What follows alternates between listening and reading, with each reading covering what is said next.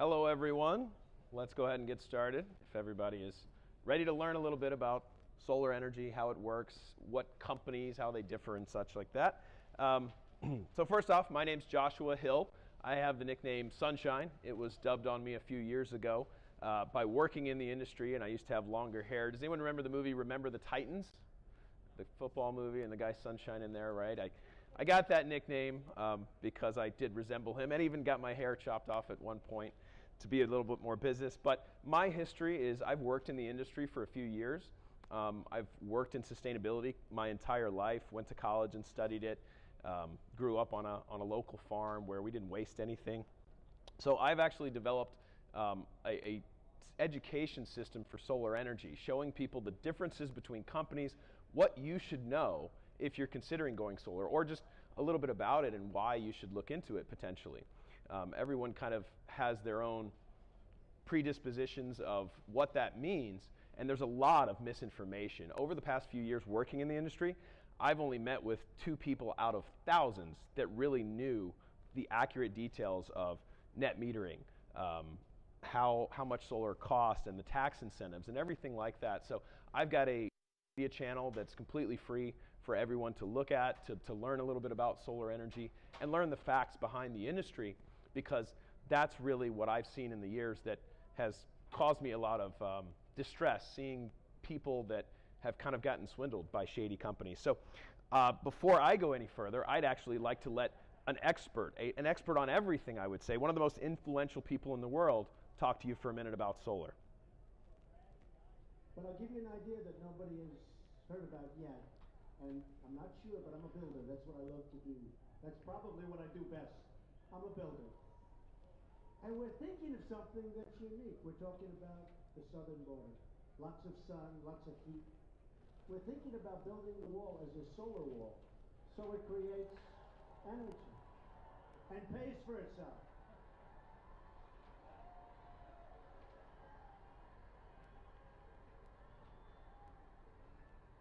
And this way, Mexico will have to pay much less money. And that's good, right? Is that good?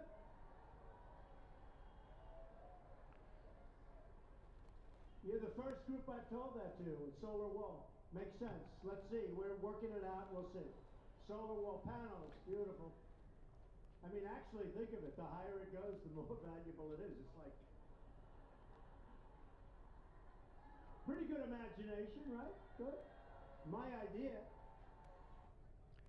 So I'd like everyone to calm down. I don't know what that did to your thoughts. Love it, hate it. He said a few things there that really do make sense, and I want to go over that because that's really what solar is about. It does pay for itself. It pays for the structure that it's on. No matter what you thought of that clip, solar is valuable. It really does create value by creating electricity, and every building, every home in America, virtually every home, uses electricity and pays a power bill for that usage. So it can look good, and so solar to me is also a sign of freedom. So it's not necessarily a political statement anymore. It's not a status symbol anymore. Over the last few years in the country that I've worked with solar, had customers that were teachers, secretaries, because how it truly usually works is that whatever your power bill is, and no matter what state you're in, California, Idaho, Massachusetts, Florida, solar will make sense because the way the industry has evolved, the solar payments basically match your power bill. Sometimes they can even be significantly less. 19, paying for solar monthly creates the same budget. You don't have to pay a lot out of pocket. And again, solar is a sign of independence. We don't have to rely on foreign oil to have our energy now with solar. No matter what your thoughts on coal or oil either, does it not make sense to get our power off of our roofs, right? We're protecting ourselves from the sunlight. We could use that same sunlight with roofs, with solar panels, to make our energy. So it gives us complete independence, also creates a more reliable grid, and that's really why solar. We need to upgrade our infrastructure in the United States.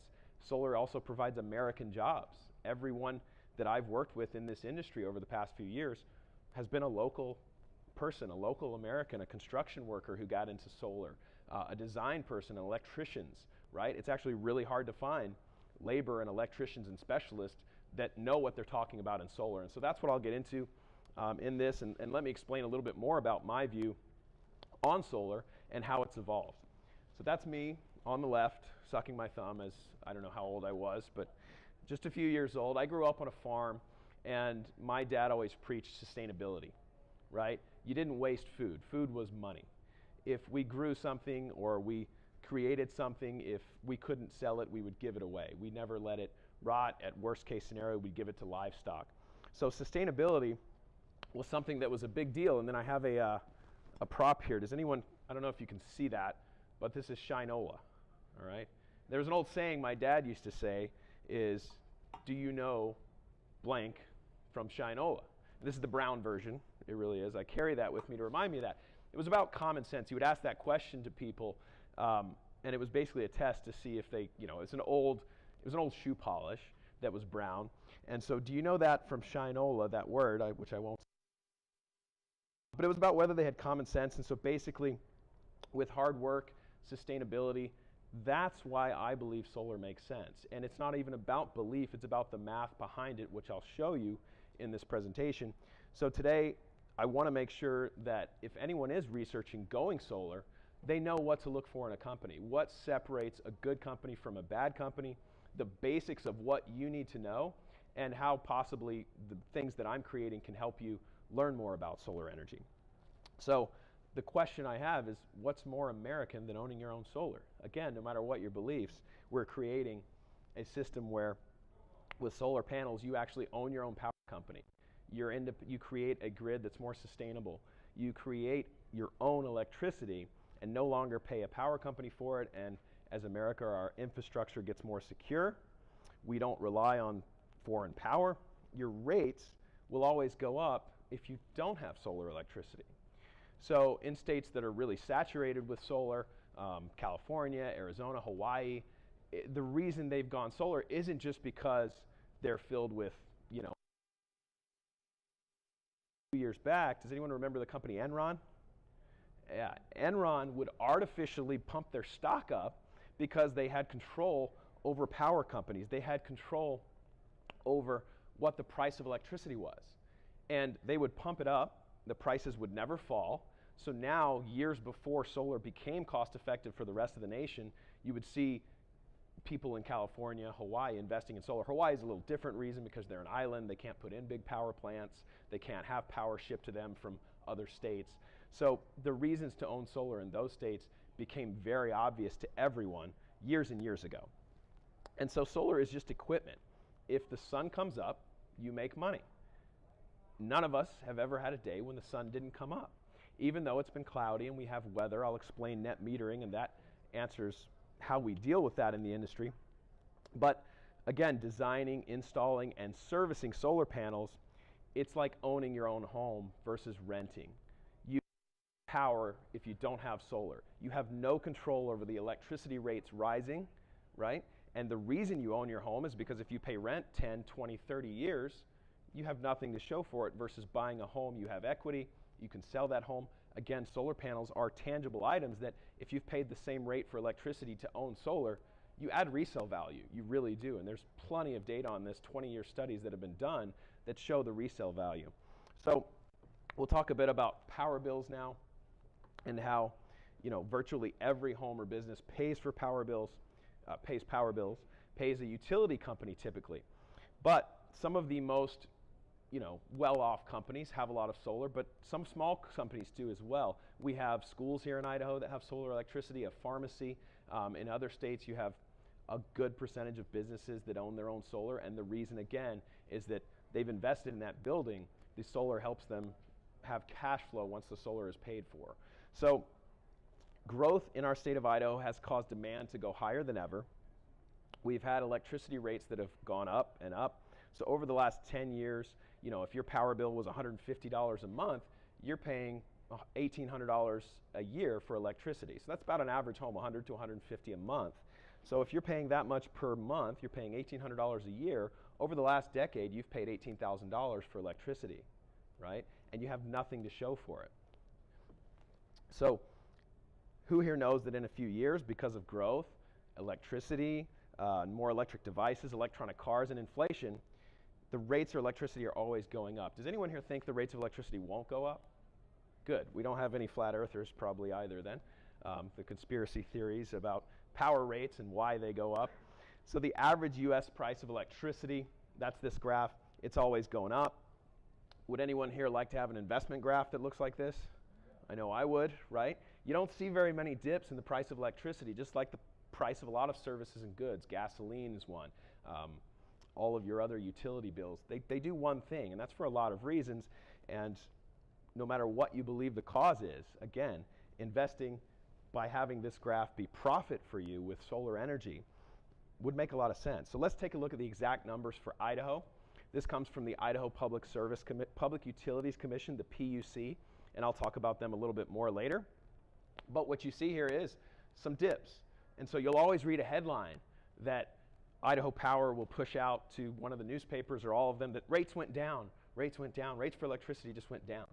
And this is the accurate rates over the last 10 years, where you do see power is cyclical. So in some years, right after summertime, the rates will go back down because everyone's air conditioners are now off. So the demand for electricity is a lot lower. So it's a simple supply and demand curve. So now let's take a look at a couple actual power bills. This is actually my power bill. And they just changed the way these look. But what I want to talk about is, this was just myself and another person in a little bungalow-style home, typical power bill. This is a summer power bill, so it is the highest of the year. And a local electrician taught me how to calculate your price per kilowatt hour. All you need to do is take the price you paid and divide it by the kilowatt hours used. So in Idaho, you also will read about, we have the cheapest electricity in the nation. I've heard it 1,000 times. We have cheap electricity. Solar doesn't make any sense. Well, first of all, installing solar and buying the equipment costs more in those other states as well because their taxes are higher, their labor rates are higher, their permits and fees are higher, and so it's all relative. So in Idaho, even though we have cheaper than the national average power, it's not actually by much. The national average is about 10 to 12 cents per kilowatt. You see here in summer, I was paying 11.4 cents per kilowatt hour. And then that's because of peak load. So if you notice the difference between peak load in summer and peak load in winter, the grid needs about 1 kilowatt hours during the peak loads of summer. And that's why if you ever do look at your bill and you see all these line items, all of them go up in summer. You see summer energy charge. You also see the annual adjustment mechanism. Does anyone know what that is? I don't either. So we're still waiting for an actual definition from Idaho Power on what that is. They don't have it anywhere on their site. And all this data that I'll present in this presentation comes from their site or from energy.gov. So it's not things I've made up. Again, this is just an Idaho Power bill. Let's look at a large house. So here you have it's just a little higher. So you see between a small and a large house, the actual rate, they're paying more in Tier 3. We have tiered power usage in Idaho.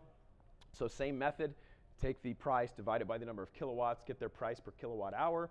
And so you see that third highlighted line charge, 12.4 cents per kilowatt hour, so it's 0.12. So you convert that dollars to cents, 12 cents per kilowatt hour. So outside the summer months, it is cheaper. We are at about 8 or 9 cents per kilowatt hour. But Idaho also ranks higher than about half the country in the amount of electricity we use. So again, our power rates relative to the rest of the country and the actual cost to the consumer is a little higher than average because we use a little more electricity. And a lot of that can be attributed to some of the older homes that are really leaky or energy inefficient. Places like Twin Falls, they have a lot of all-electric homes, so they're using a ton of electricity in wintertime. But again, you still know that in summertime, we use far more electricity than in wintertime. So let's take a look at what Idaho Power actually charges for electricity and service charges. And this is a point of contention that has been with the cases in the Public Utility Commission lately that somebody might have read or been to one of the hearings. And then you've read headlines about Idaho Power reclassified and changed solar. They changed the way solar was done. So on their website, they say they welcome your interest in solar and renewable generation. But one thing to note, they actually installed in 1994 a 25 kilowatt system on their building right here downtown. So if you take a drone or you'd have some aerial footage, you can see those panels. They've been there 25 years. Idaho Power has had panels on their building here for 25 years, and you can actually see what they're producing. They're still working 25 years later. So solar makes sense for them, but they're fighting the solar industry. And I don't want to get too far down the rabbit hole of why and how and things like that, but they sort of play both sides of the fence. They say that solar makes sense, that we want you to have solar, but it doesn't make any sense fiscally, it doesn't make any sense for your budget, just let us supply you with all the solar you need. So this shows you the simple math of what they claim.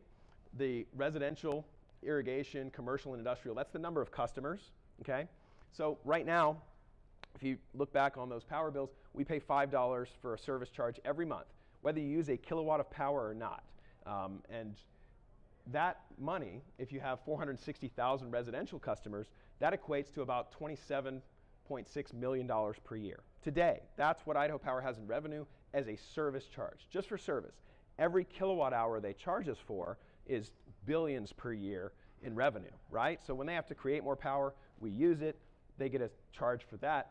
So they proposed, go back real quick, they proposed a rate change to that service charge to $65. That's what they said it cost, whether we use electricity or not, for every residential customer. So doing some quick math, $65 per month creates $358.8 million for just service charge. That's every year. That's what they were claiming. Why solar doesn't make sense, because, well, the true cost is $65 a month in service charges and then the billions in revenue. And I own stock in Idaho Power and IdaCorp. They're not losing money, right, at the $5 we currently pay.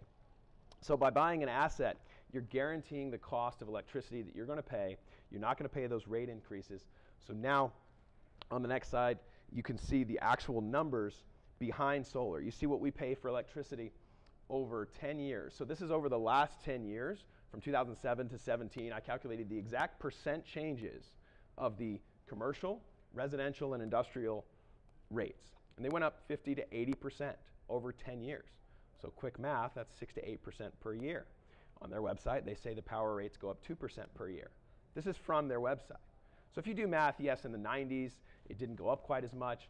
But again, what will you pay for electricity over the next 10 years? The only way to guarantee you don't pay rate increases is to own solar electricity. And that's not even counting the 44% rate increase to the power cost adjustment, and again, the annual adjustment mechanism, which, again, I don't know why or what that is exactly. It's just a hidden cost for kilowatts. So solar makes sense because you don't pay these fees. And here you see on the bottom, the average home, a small home, over the next 10 years will pay about $30,000 for electricity.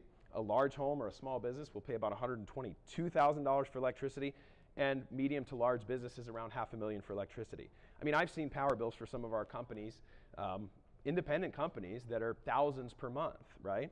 So imagine guaranteeing the cost per month over the next few years with solar that never increases, that actually goes to zero, so that in 10 years, you're not paying a power bill, you own your power company.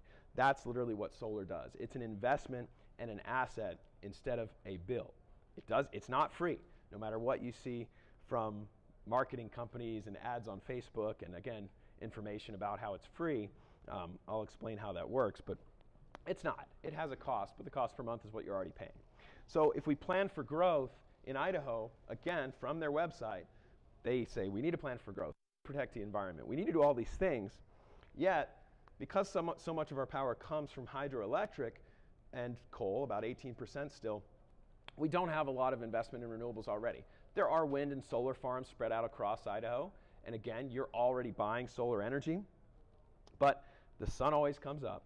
Solar creates power every day, so it makes our grid more secure. No centralized power plant can get hit by a terrorist, let's say, and take out a whole city.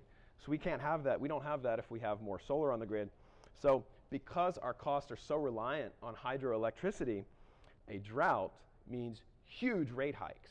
I mean, up to 15% per year. So that happened the last time there was a drought.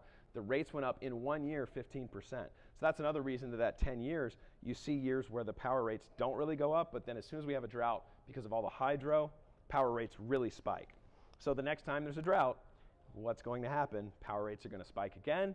They're not going to go back down after that. We also have a set date in the next few years where coal plants will be being retired. So that will cause that percentage of the infrastructure with Idaho Power to need to be changed. We're going to have to buy more electricity in some way. You're going to pay for it. Everyone who buys electricity has to pay for it, unless you own your own electricity source. So it's being installed already.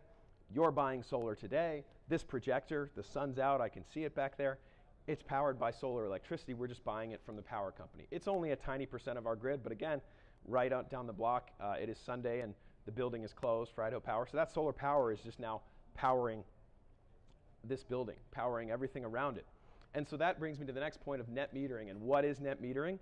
It means that on a sunny day, when you're out and about, or in the springtime and summertime, if you're not using all the electricity your solar is producing, it actually spins your meter backwards. So right now, if you don't have solar, you have a normal meter where you get charged for all the electricity you use.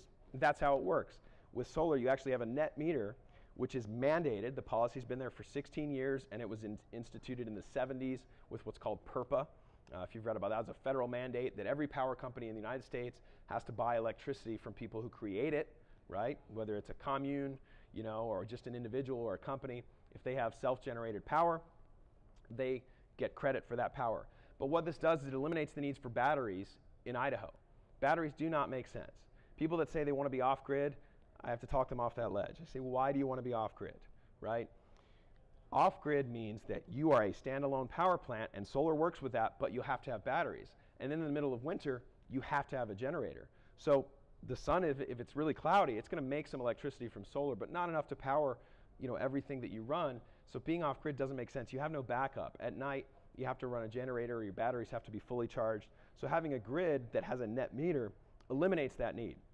You'll actually have power produced in spring that you can carry forward to winter without paying monthly for. So that's net metering, and I hope that's clear.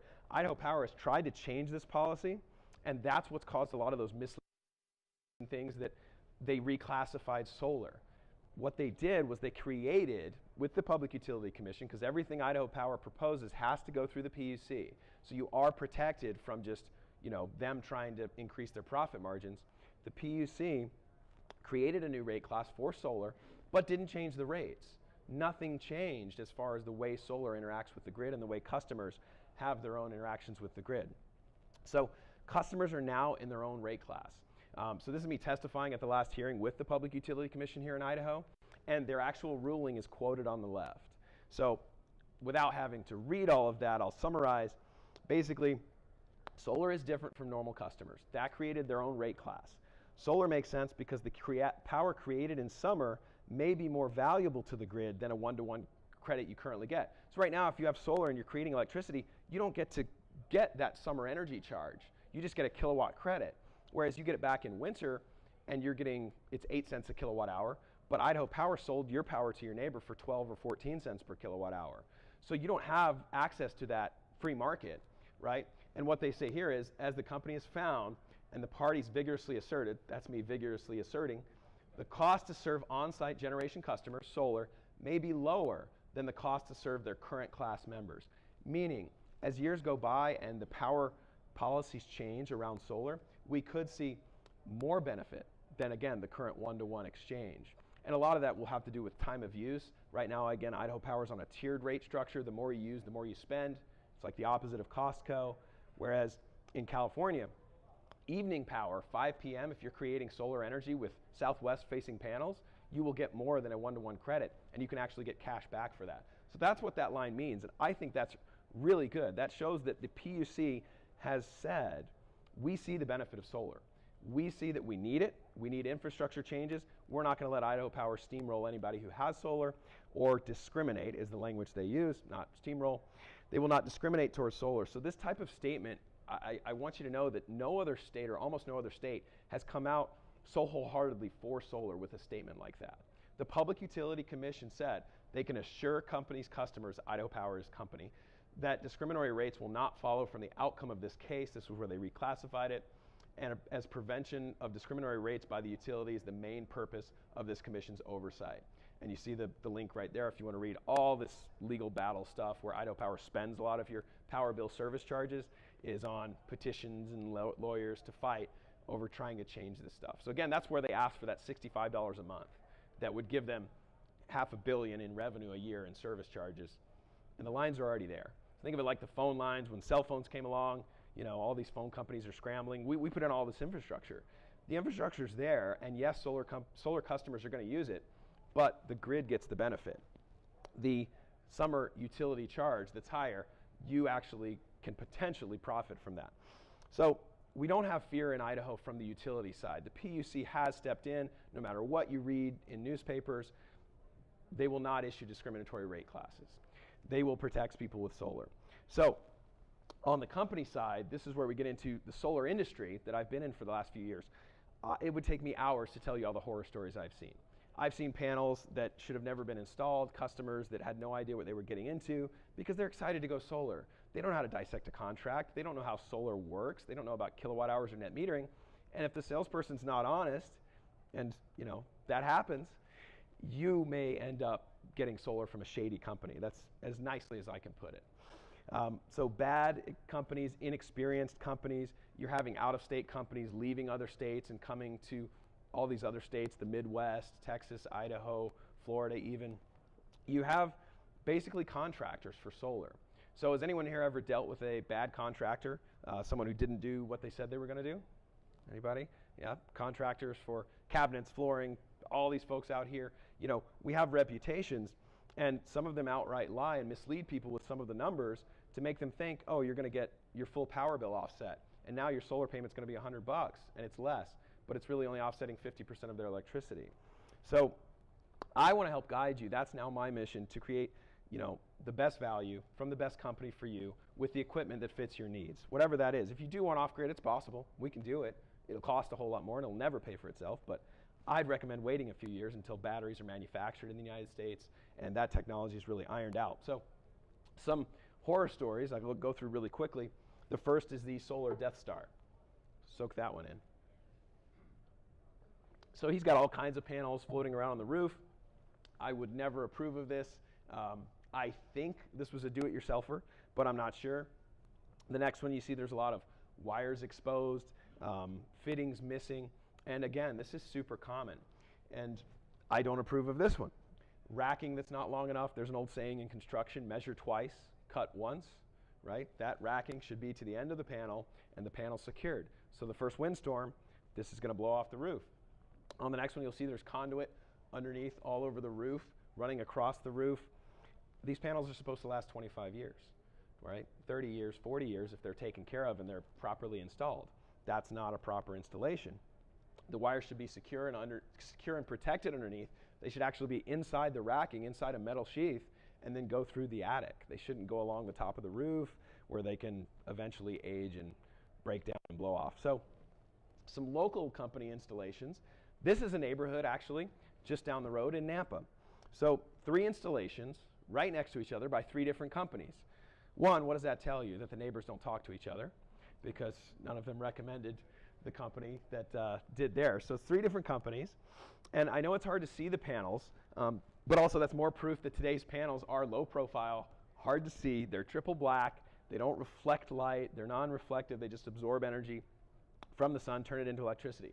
Company 1 on the bottom right is in kind of one array. There's a vent there that they couldn't move, so there's a break between the panels. Company number 2 is actually in 3 different roof sections, and company number 3, probably the hardest to see on that bottom section over their garage. There's 4 panels. Now, does anyone have any idea which one of these is the only one that I would approve of? So this is kind of the Jeopardy time. The hint is that if you look at the orientation of this picture, north is up. North is up. I saw a 3 back there. You're close. You're not absolutely wrong. So north is up. So in the northern hemisphere, basically everywhere in the United States, panels should face the sun. Sounds like a no-brainer, right? So if they're on the south, southeast, southwest, even east-west, they face the sun most of the day. If they're on the north side of the day, or they're underneath a tree or in shade most of the day, they don't make any electricity. So houses 2 and 3 were actually not installed by a company I would ever do business with. Company 2 is the worst. They have panels facing almost due north. So what they did with this customer was said, here's how many panels you need. Here's how many we're going to install. Never showed them an approved layout. The person signed up, and now they have panels facing north that are never going to pay for themselves, that are never going to create the energy they should. That company and those people that sold them that knew that. They had to know that. And they're actually one of the best reviewed companies on the online websites. So company number 3 those panels, while they're getting sun right now, you can kind of see the house is actually shading itself and shading those panels. And houses number 1, 3, and then the one to the south of number 3 are 2-story houses. So in most of the year, as the sun's lower on the horizon, the neighbor house will actually have 4 of those panels. So now they have 4 panels that half of the time in the year, they're not putting out the electricity they should either. And again, a highly reviewed, highly rated company that's been around 10 years. They didn't do a shade report. So company 2 didn't give them a layout, didn't get a customer approved layout. And company 3 might have gave them an approved layout, but they weren't probably fully disclosing how much offset each one of those arrays, the array number on the bottom with the 4 panels, was actually going to produce. So if you don't have those things done, a shade analysis from the company up front, a guarantee of the kilowatts that the panels are going to produce, an actual layout that you can see and know what you're getting and where it's going to be, you're probably going to get shady solar. So I've seen how all these companies operate. I've seen their contracts. I've seen their bids. I know what it takes to create the best possible experience and that long-term return that the customer is investing in solar to get. Company 1, they have a strict rule. They will not put a panel above east-west, not even 1 degree, never. No matter, even if the customer says, I want the panels there, I just want to pay for them, they say, we won't install them. They have that policy, and they always get an approved layout from the customer.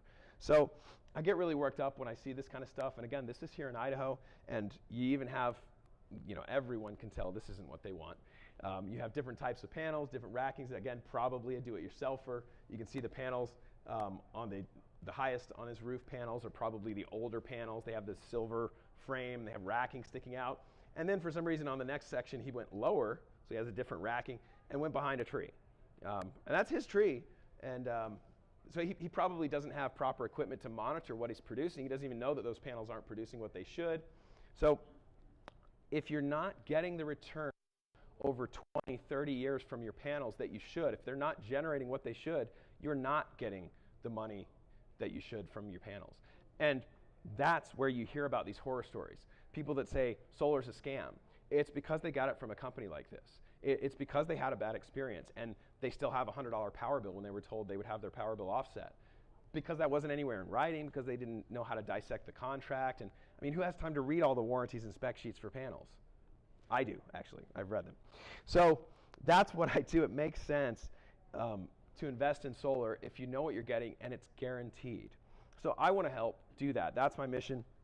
And exactly what I do is treat my customers like family, some of them better than my extended family that I don't get along with. So I've learned how the industry works, what the business models are of good companies, what the business models are of bad companies. The whole point of going solar is so you don't pay increasing rates, right? You buy solar, that's it. The company that installed it should service it and guarantee it, but you shouldn't be paying any more money down the road for service, warranties, problems. When they're done by a good company, they fix them at no charge. And then there's a company here local, again, one of the best reviewed companies, because online review sites, if you don't know, I learned from a local plumber that online review sites are just pay to play, most of them. You pay us money, we list your good reviews, we get rid of your bad ones for you. Their subscription services, Angie's List, the Yelp, all these restaurants, they solicit companies to give them 5-star reviews. They'll even make some up for you to get started, right? So you can be a company that is on its way to going bankrupt and have perfect reviews. I've seen that. I have a video on my YouTube channel that shows you exactly that, a local company that went bankrupt. So I've seen it. Awaken Solar and Awaken Energy, those are my companies. They're basically just me putting out content to help guide people through this process and make sure that they get the best price, and I can actually guarantee that. Take on the negotiation, because again, the company one from that slide, this is from their actual contract and their actual guarantees. They guarantee the output of their system. They guarantee the production yearly. If it's not making that production, they will give you more panels or pay your power bills for you, right? They will actually guarantee customer service for the lifetime of the system, guarantee that they fix anything at no cost. Company number 2, the one that wasn't that bad, they have no production guarantee. They say that in the fine print. They don't guarantee your offset. They do panels for cheaper, but they may or may not fix things. You see, we will fix or replace any system component failure due to our at our discretion. So maybe they fix it, maybe they don't. And again, I've seen invoices from companies where the other company wouldn't pick up the phone anymore for the customer calling to try to fix this issue that was their fault, that's provable, and now you have to pay service charges down the road because the company you went with isn't honoring anything because they put in some fine print at our discretion. And then company 3 says basically, we know it's going to require operational maintenance and replacement and that are essential for the product to perform as represented with no guarantee. No actual guarantee of even the wattage of the panels. They'll sell you a panel, and then when you actually get it installed, it's not the same model panel you were sold because it doesn't specify that, right? And so you're not actually even getting the wattage that you bought, let alone the production long term. So who would like to buy a power company that put on their roof that doesn't produce what it should? I would hope no one. So don't buy a lemon from a shady solar company. Let me help you. At least look at some of my videos. By the way, this video and all of this content will be uploaded for you to look at later or share with somebody. So what we want to do, our mission statement at Awaken Energy and Awaken Solar is to be trusted. I've worked in the industry. I've seen the good and the bad. I am not here representing any company. It's just me. It's Josh telling you what to look for, how much solar costs. These are actually just from video clips. I want to be recognized. I want people in, you have a neighbor in Texas that says, yeah, I'm excited to go solar. I just signed up for a company. Say, hey, send that contract to this email address. Let him look at it for you, right? And if it's company 2 or 3, I'll tell them, look, this is the red flag. Let's call this company right now and either renegotiate, get this fixed, and possibly, because they don't want you backing out. They lose all their revenue. But if they won't give you a good warranty, you shouldn't do it because solar is a very reliable product. It was designed to work in space. It's getting hit by little rocks and meteorites. It is so durable. There's a video on our social media showing hail being blasted at panels at 200 miles an hour. There's another video in Colorado, a 30-minute hailstorm totaled all the cars. You can verify the solar's still working perfectly. They're hail rated, they're wind rated. So I give free advice, and our mission statement is to help everyone who invests in solar know they're getting the best possible products, services, and price. So how would you like to have company 1's warranty, guarantees, service for the same price as company 2 or 3? I should hope, right? Like I should hope that's what you want, because that's what I can do. I know how to negotiate with these companies to tell them during a slow time, you've invested this money, you've had your sales rep meet these people, and they want solar, but here's what they need. And you don't know where that line is. You don't know. Well, I want it for one guy. I remember when I was a sales rep, he said, if you could do it for half your quoted price. I said, it's nice to talk to you today. I have to go. I can't do this. Not that much margin in any company. So I give free advice, videos and updates, but also I want to help negotiate on behalf of customers to save them the most money, make sure they're getting the best deal. On our Patreon page we have, you can subscribe there and see our actual, what we produce. It'll have all the social media links there, but that's the only way I would make money is if someone were to subscribe there and pay us for our services. Otherwise, we're just putting out content to protect consumers. Because, again, the solar industry, it tends to get a bad rap when people go with the cheapest provider. They do that, then they have problems, and they hate solar, and they won't recommend it. And it's not that solar was bad. It was that the company's bad. So I believe that by giving people information, by making the industry better as a whole, we can weed out those companies that are lying to people. We can make them go bankrupt, because everybody knows company B, company 2, company 3 would do things that should be outlawed, right? But solar isn't something that requires a lot of licensing, right? There's no board that certifies people. There actually is. There's the North American Board of Certified Energy Practitioners, but it's voluntary. You don't need that to install solar. So you want to go with a company that has a lot of those. And on our social media, if you'd give us a follow or a like, and some of our videos, again, this one will be updated there, I would appreciate it. Thank you so much. Again, Joshua, Sunshine Hill, hoping to help everyone do solar.